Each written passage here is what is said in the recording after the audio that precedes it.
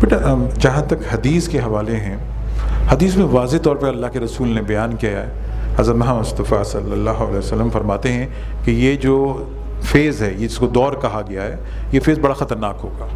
اس میں بے پناہ مسلمان ہوں گے، لیکن حکمراں جو ہوں گے مسلمان ملکوں کے، وہ لائک ایجنٹس ہوں گے۔ وہ تمہارے لیے نہیں کام کریں گے، وہ اپنے تخت کے لیے کام کریں گے اور ہر چیز کو بیچ کے دکھا دیں گے۔ مسلمان پچھلے 45 سال میں جتنا کٹا ہے، تمہارے وہم و گمان میں نہیں ہے مسلمان کو کتنا کاٹا گیا ہے۔ برما تمہارے سامنے ہے، سنکیانگ تمہارے سامنے ہے، افغانستان تمہارے سامنے ہے۔ دریائے فرات نکلتا ہے عراق سے اور جاتا ہے وہ مصر ہوتا ہوا، میرا خیال ہے، مجھے لگتا ہے کہ دریا جو ہے بہت لمبے 8-10 ملکوں سے نکلتا ہے وہ۔ اچھا، سوال یہ بات ہے کہ اس 45 سال سے اس ایریا میں جنگ کیوں ہو رہی ہے؟ اللہ کے رسول نے فرمایا نا کہ پہاڑ نکلے گا، سونے کا پہاڑ فرات سے باہر آئے گا اور فرات سوکھ جائے گا۔ اب سونے کا اتنا بڑا پہاڑ ہے، تمہیں تو یقین نہیں محمد نے یہ کہا ہے، ہمیں تو یقین نہیں اللہ کے رسول نے فرمایا، ہمیں تو پتہ ہی نہیں اللہ کے رسول نے یہ کیوں کہا ہے، لیکن یہودیوں تو ساری ریسرچ اسی کے اوپر ہے۔ دریا فرات 70% سوکھ چکا ہے اور تمام تر جنگ جتنے عرب ممالک اس پٹی پر ہیں، ان کا انہوں نے بینڈ بجا دیا، ان کا بیڑا غرق کر دیا، انہوں نے ان کی معیشتیں تباہ کر دی ہیں، ان کے لوگوں کو ڈفرینٹ فرقوں میں بانٹ دیا ہے، ایک سے آپس میں جنگیں لڑ رہے ہیں لوگ، شیعہ سنی پہ فساد چل رہا ہے، وہ سلفی ہے، وہ وہابی ہے، اس پہ جنگ چل رہی ہے۔ بڑی عبرتناک سچویشن ہے اس پٹی کے اوپر، صرف مسلمان کٹ رہا ہے، صرف مسلمان۔ تو یہ جو اللہ کی رسول کی حدیث ہے، ان کے مطابق تو بھائی بڑی خطرناک صورتحال ہے۔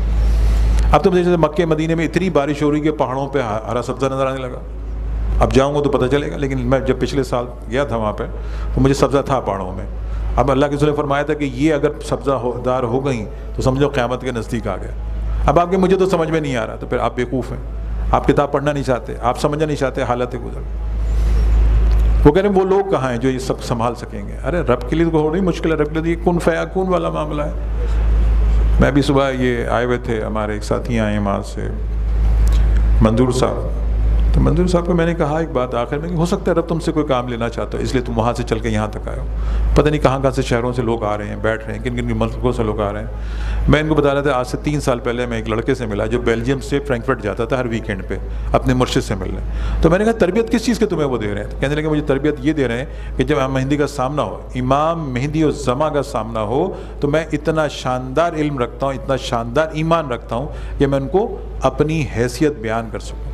امام مہدی کا زمانہ بڑا خطرناک ہوگا، ہماری ادھر نہیں ہوگا۔ آپ یوسف صاحب آیا، یوسف صاحب چکر باز آدمی ہے، تو کہنے یار کوئی مسئلہ نہیں ہے، ٹھیک ہے، لیکن وہاں تو زمانہ بڑا خطرناک ہوگا، آپ فیس نہیں کر پائیں گے ان کو، اتنی خطرناک آنکھیں ہوں گی ان کی کہ آنکھوں سے جلا دیں گے وہ آپ کو، چلو بھاگو یہاں سے بے ایمان چور، کہاں گئے تم؟ تو بڑا زمانہ دلچسپ ہوگا۔ تو احادیث جو ہیں وہ اللہ کے رسول کی ذات مبارکہ سے حوالے سے، وہ 5ویں دور میں تو ہم کھڑے ہیں، سارا کچھ وہی ہو رہا ہے، شیطان حاوی ہے، فرعون حاوی ہے زمانہ پر، ہمارے تمام جو گورنمنٹ حکمران ہیں وہ سب ان کے پیچھے وہی ہیں، نئی ترتیبیں بنا رہے ہیں پاکستان کو، پتہ نہیں کیا کر رہے ہیں، میرے تو سمجھ بھی نہیں آ رہا۔ میں تو بڑا ڈپریشن میں ہوں شدید پچھلے کئی مہینوں سے کہ یہ اس کو یا تو اختیارات دیے جائیں اس کو کاٹنے کے لیے، لوگوں کو سزائیں نہیں ہوں گی تو لوگ یہ سب یہ کریں گے۔ مثال تمہیں چھوٹی سی دوں، جھگڑا کیا ہے؟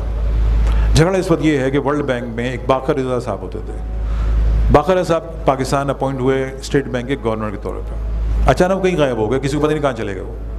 جس دن وہ آئے تو بڑی دھوم دھام تھی، لیکن کہاں گئے کسی کو پتہ نہیں۔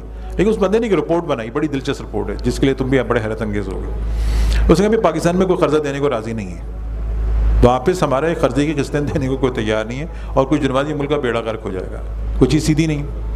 اچھا، اس نے ایک دلچسپ رپورٹ دی کہ کراچی ایک ایسا ملک ہے، کراچی ایک ایسا شہر ہے جس سے ریونیو جو جنریٹ ہوتا ہے، جس کا جو آپ کہتے ہیں 6000 ارب روپے جو بجٹ آپ کا بنتا ہے ریونیو 6000 ارب روپے کا، اگر تم سمجھتے ہو کہ 61 یا 67% ریونیو جو آتا ہے وہ کراچی سے آتا ہے، تو کتنا وہ 4000 ارب روپے کراچی سے آتا ہے۔ اس بینک آف اس کے جو باقر رضا تھا، اس نے یہ رپورٹ دی کہ اگر کراچی کے جو بیمانیاں چوریاں ہیں تو ہم سارا قرضہ سمیٹ سکتے ہیں اگر ہم اس کو روک لیں۔ اس نے رپورٹ میں لکھا ہے کہ کراچی سے 12000 ارب روپے جمع ہوتے ہیں اور کھاتوں میں صرف 4000 نظر آ رہے ہیں، تو باقی 8000 سے 9000 ارب روپے کہاں ہیں؟ کون لے کے جا رہا ہے؟ وہ جو 8-9 ہزار کا کوئی بجٹ میں حصہ نہیں ہے، اس کا کوئی نام نشان نہیں ہے، وہ جا کدھر رہا ہے؟ تو اس پہ اس نے کہا تھا کہ فیڈرل گورنمنٹ کو چاہیے کوئی کراچی کو اپنے انڈر میں لے لے تاکہ کسی طرح یہ پیسے بچ جائیں ہمیں۔ یہ جو آپ دیکھ رہے ہو نا سب تماشا پچھلے ایک مہینے سے کراچی شہر میں، یہ سب تماشوزی کا حصہ ہے. بڑے بڑے کمینے لوگ بیٹھے ہیں، بڑے بڑے دلال بیٹھے ہوئے اس وقت، جو پتہ نہیں کیا کر رہے ہیں، اللہ بہتر جانتا ہے. ایسی ایسی رپورٹیں آ رہی ہیں خوفناک کہ اللہ کی پناہ ہے، آپ حیران نہ جائیں. لیکن وہ کر رہے ہیں، ایکسٹریم تو لائیں گے، کیونکہ ابھی تک تو ہم سو رہے ہیں. 3 کروڑ عوام اس شہر کے سو رہے ہیں، 23 کروڑ عوام اس ملک کے سو رہے ہیں. تو حالات تو وہی ہیں جو حدیثوں میں بیان کیا. ایکسٹریم تو آئے گا، اس کے بعد تم سدھرو گے نہیں. آٹا شارٹ ہوا نا، آٹا شارٹ ہوا، پورے پاکستان میں ہلچل مچی شروع ہو گئی. مطلب صورتحال یہ ہوگی، لوٹ مار شروع ہو گئی، ٹرک لوٹ لیے گئے. تو یہ سب ہوگا، بڑھے گا، ہو سکتا ہے. اللہ خیر کر دے بس.